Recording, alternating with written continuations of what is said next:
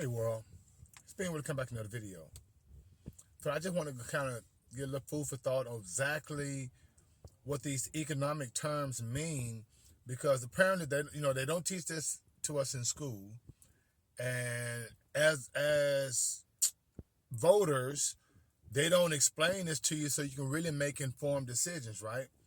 But a debt ceiling is basically the legislative branch saying, okay, hey, this is the maximum amount of money we're going to spend on our debt, right?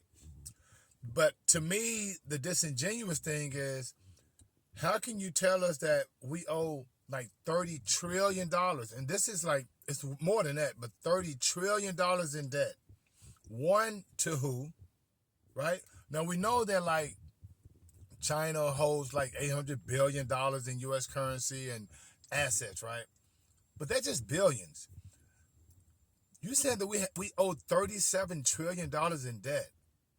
And to avoid the government shutdown, Trump and Elon Musk want to eliminate the debt ceiling, right? Get rid of it. But they want to get rid of it while Biden is in office. But Trump, why do you want to get rid of debt ceiling opposed to making sure, no, we got to keep something in place to protect against, presidents that just want to just spend frivolously and give all these cuts to people and countries without the American people's approval. At least Congress, and that's why it's the three branches of government. That's why they have separation of powers. That's why it's called, they have limited powers, and that's why it's checks and balances. See, these are all, principles of government. And so this whole notion of the president coming in and just want to do something arbitrarily, that's not really how it's supposed to go.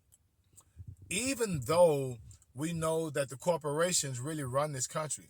Because let's look at this logically, right?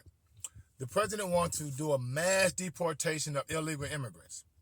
Even though there is a large number of those illegal immigrants that are a part of the workforce in America. But you never say anything about, having some type of penalties or, consequences for those that are hiring the illegal immigrants. How you want to penalize the illegal immigrants, but the person, the companies, the employer that's making millions of dollars off of this cheap labor, nothing happens to them? So the hypocrisy is real, family. So, I just want to kind of come on a little food for thought.